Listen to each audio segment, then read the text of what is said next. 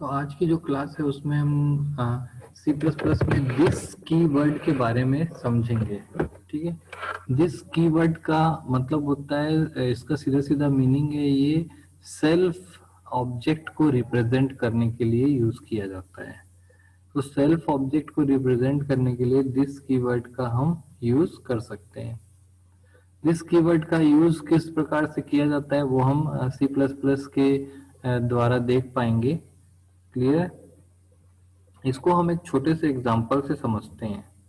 छोटा सा एग्जांपल अगर इस तरीके से हम देखें, अगर मैं सी प्लस प्लस का कोड यहीं पे करूं, इंक्लूड iostream.h और दूसरी लाइन है हैज इंक्लूड onio.h। मैं यहाँ पर एक क्लास बनाता हूँ ABC। अब ध्यान दीजिएगा कि इस क्लास में जो मेंबर्स बन रहे हैं, तो जब मैं इस क्लास का जब ऑब्जेक्ट हम बनाएंगे, किसी क्लास का ऑब्जेक्ट बनाते हैं, तो वो किस तरीके से ऑब्जेक्ट की वर्किंग होती है ये भी हम देख लेते हैं। पब्लिक, और मैं void शो नाम का एक फंक्शन बनाता हूं और इसके अंदर ध्यान देना है आपको, यहाँ पर int x इक्वल टू 10 लिखा मैंने, या y इक्वल टू 10 लिखते हैं, int y इक्वल टू 10। यहाँ पर जो y नाम लिखा हुआ है वो बहुत इंपॉर्टेंट है, इस नाम पे आपको ध्यान देना है। क्लियर है? और यहाँ पर मैं लिखता हूँ प्राइवेट, या कुछ नहीं लिखूंगा तो प्राइवेट ही हो जाएगा। इंट एक्स में एक वैल्यू देनी है मुझे, तो कंस्ट्रक्टर बनाना पड़ेगा।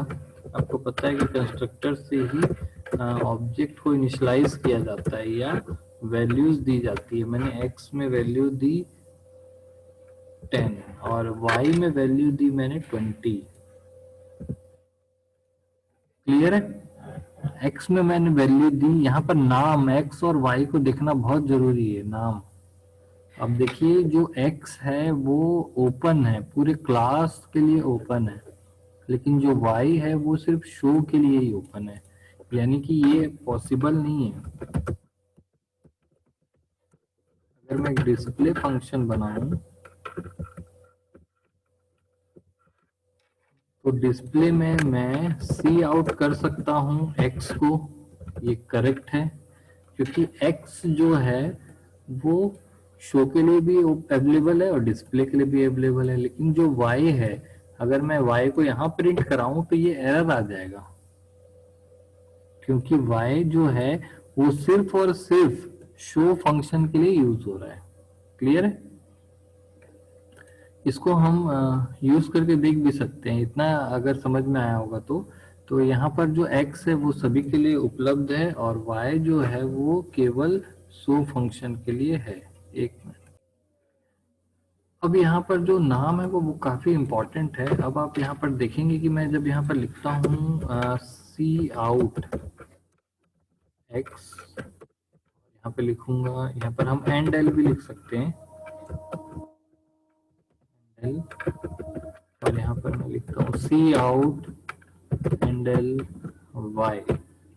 तो आप बताइए कि यहाँ पर जो आउटपुट है उसमें क्या आउटपुट आएगा। मैं अगर void main लिखता हूँ और void main में मैं क्लियर स्क्रीन और गेट ch लिख देता हूँ, ठीक, और मैं ऑब्जेक्ट बनाता हूँ abc a1 और a1 का मैं शो कॉल कर देता हूँ।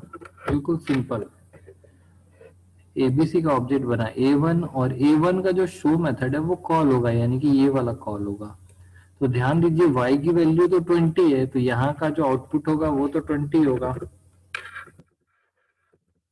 लेकिन x की वैल्यू क्या है 10, तो इसका आउटपुट क्या होगा। क्लियर? तो बहुत सिंपल सी चीज है। अभी दिस वाला जो है वो यहाँ पर चालू नहीं किया गया है। क्लियर है? तो अब देखते हैं कि क्या होता है। मैं इसको सेव कर लेता हूँ, दिस वाला मैं इसके बाद में समझाऊंगा, पहले आप इसको देखिए कि मैं जब इसको सेव करता हूँ तो नॉर्मल कंडीशन में मैं यहाँ पे लिख देता हूँ दिस डॉट सी,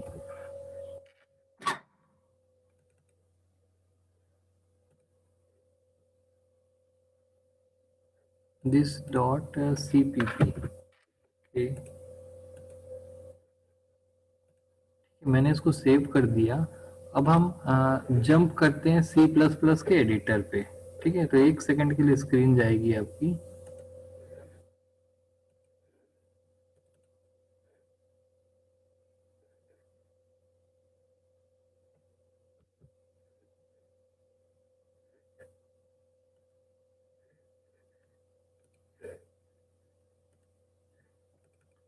आप देखेंगे कि सी प्लस प्लस का एडिटर यहाँ ओपन है, और हम यहाँ पर ओपन कर लेते हैं सी टी सी में। ये देखिए this dot C P P यहाँ पर दिख रहा है, जो कि हमारा कोड है। क्लियर है? तो हम इस प्रोग्राम को आसानी से कंपाइल कर सकते हैं और रन कर सकते हैं। ये नॉर्मल कंडीशन है, और नॉर्मल कंडीशन में इसका आउटपुट बिल्कुल सिंपल है, 10 और 20 आएगा। जब हम इसको रन करेंगे तो बिल्कुल सिंपल तरीके से 10 और 20 आउटपुट आएगा। लेकिन एक समस्या आएगी जब नाम में कोई चेंजेस आता है। फॉर एग्जाम्पल यहाँ पर एक और वेरिएबल बन जाता है, शो के अंदर एक और वेरिएबल रेडी है, और वो है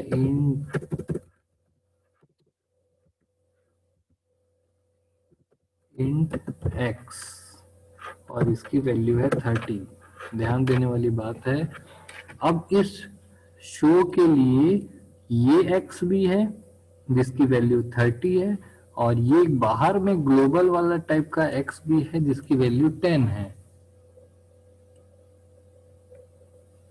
तो अब जब मैं यहाँ पर सी आउट x और y करूंगा तो आपको ये बताना है y की वैल्यू तो 20 ही आएगी, लेकिन x की वैल्यू 10 आएगी या 30 आएगी। x की वैल्यू क्या आएगी, 10 आएगी या 30 आएगी, आपको ये बताना है। क्लियर है? तो यहाँ प्रॉब्लम क्या होगा कि एक ही नाम का जो वेरिएबल है, ये लोकल वेरिएबल भी x है और यहाँ पर भी x है। तो जब लोकल फंक्शन शो को कॉल करेंगे तब x में वो 10 प्रिंट करेगा कि 30 प्रिंट करेगा, y का तो वो 20 प्रिंट करेगा, लेकिन x का क्या प्रिंट करेगा? तो इसका आंसर है वो 30 प्रिंट करेगा, क्योंकि लोकल को पहले देखता है। तो जब मैं शो फंक्शन को कॉल करूंगा और शो में x और y को प्रिंट करने बोला जा रहा है, तो 30 और 20 आउटपुट आएगा, इसको प्रिंट नहीं करेगा। अगर ये नहीं होता तब वो इसको देखता, तो तब 10 20 प्रिंट कर रहा था वो। इसको रन करा के देखते हैं, आउटपुट आया 30 और 20। और अगर ये वाली लाइन नहीं होती तब वो ऊपर वाले x को प्रिंट करता, 10 और 20। सिंपल सी बात है। तो अगर मैं यहाँ पर लिख देता हूँ int x equal to 30, int x equal to 30, अब हमारे पास एक समस्या खड़ी हो गई है कि जब मैं यहाँ पर एक वेरिएबल बना लिया हूँ x इक्वल टू 30, तब मैं इस x को कभी यूज ही नहीं कर सकता। और कोई ऐसी सिचुएशन मुझे आ गई है कि मुझे ये वाला x की वैल्यू भी चाहिए अपने कोड में, और इस x की वैल्यू दोनों को प्रिंट कराना है। ऐसी सिचुएशन में हम नॉर्मल तरीके से देखें तो वो पॉसिबल नहीं है, क्योंकि अगर मैं यहाँ पर x लिखा हूं तो ऊपर का x मैं तब तक नहीं यूज कर पाऊंगा जब तक मैं ये वाले x को हटा ना दूं। तो या तो मुझे इसको हटाना पड़ेगा ये वाली लाइन को, या फिर ऊपर वाला x में यूज नहीं कर पाऊंगा। क्या कोई ऐसा मैकेनिज्म है जिससे मैं दोनों x को एक साथ यूज कर पाऊं? तो उसका आंसर है यस, और वो मैकेनिज्म है दिस। तो मैं यहां पर लिखूंगा, या लास्ट लाइन में लिख लेते हैं, सी आउट एंगल, यहां पर हम लिखेंगे दिस डॉट एक्स। तो आपको यहाँ पर ध्यान देना है कि जब भी आप दिस डॉट एक्स लिखेंगे तो उसका मतलब होता है कि ये ऊपर वाला x जिसको हम क्लास वेरिएबल बोलते हैं, और ये जो दिख रहा है ये इंस्टेंस वेरिएबल है। ये जो x है वो इंस्टेंस वेरिएबल है, ये क्लास वेरिएबल है। तो क्लास के वेरिएबल को यूज करने के लिए दिस डॉट एक्स, और लोकल वेरिएबल या इंस्टेंस वेरिएबल को यूज करने के लिए सिंपल एक्स। तो अब आप देखेंगे कि दिस डॉट एक्स लिखने से मैं ऊपर वाला एक्स भी यूज कर पा रहा हूं, और सिंपल एक्स लिखने से ये वाला एक्स भी यूज कर पा रहा हूं। तो आप देखेंगे कि यहाँ पर जो आउटपुट आएगा वो होगा 30। पहले एक्स का आउटपुट जो होगा वो होगा 30, दूसरे y का आउटपुट तो कभी चेंज हुआ ही नहीं 20, और जो ये दिस डॉट एक्स लिखा ये एक्चुअल में ऊपर वाला है, या ये क्लास वेरिएबल, इसको क्लास वेरिएबल कहा जाता है क्योंकि ये पूरे क्लास के लिए कॉमन है, इसलिए इसको क्लास वेरिएबल कहा जाता है। तो इस क्लास वेरिएबल को हम दिस डॉट एक्स लिख करके कॉल कर सकते हैं, जैसा हमने यहाँ पर किया था। और आपको एक जानकारी और दे दूं कि आगे आने वाली कुछ लैंग्वेजेस में सिंटेक्स चेंज किया गया है। जैसे पाइथन में आप देखेंगे तो दिस की जगह सेल्फ यूज किया जाता है, सेल्फ कीवर्ड। जावा में दिस ही यूज किया जाता है। कुछ प्रोग्रामिंग लैंग्वेजेस हैं उसमें, आने वाली लैंग्वेजेस है उसमें थोड़ा सिंटेक्स चेंज कर दिए गए हैं। तो अब हम इसको रन करते हैं,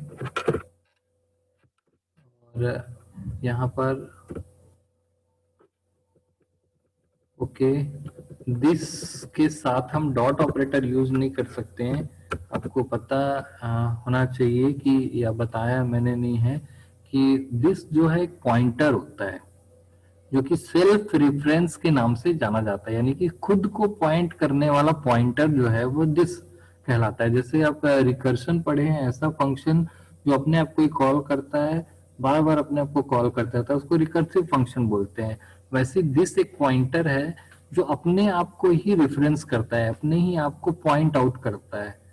ठीक है, तो जब भी आप किसी पॉइंटर से यूज करेंगे तो डॉट ऑपरेटर नहीं लगाते हैं, तब ये वाला ऑपरेटर आपको लगाना पड़ेगा। चाहे वो दिस पॉइंटर हो चाहे कोई और पॉइंटर हो, क्लास को पॉइंटर बनाएंगे तो डॉट ऑपरेटर काम नहीं करता है। क्लियर है? तो दिस के साथ हम जब रन करेंगे तो देखिए ध्यान से 30, 20 और 10 तीनों आउटपुट आ रहे हैं। ये समस्या तब आई थी जब एक ही जैसा नाम था लोकल और ग्लोबल स्कोप में। क्लास वेरिएबल और इंस्टेंस वेरिएबल का नाम जब सेम हो जाता है तब क्लास वेरिएबल और इंस्टेंस वेरिएबल को अलग करने के लिए दिस पॉइंटर का यूज किया जाता है, और उसके लिए दिस कीवर्ड का यूज किया जाता है, और उसके वेरिएबल्स को यूज करने के लिए डॉट ऑपरेटर नहीं बल्कि एरो ऑपरेटर का यूज किया जाता है। क्लियर है? तो इस तरीके से आपने दिस वर्ड को समझा, और ये शॉर्ट नोट्स में 5 नंबर के क्वेश्चन में आता है। समस्या कहां पर आई? नाम की वजह से। क्लियर है? इसमें अगर आपको किसी को कुछ पूछना है तो आप लोग पूछ सकते हैं।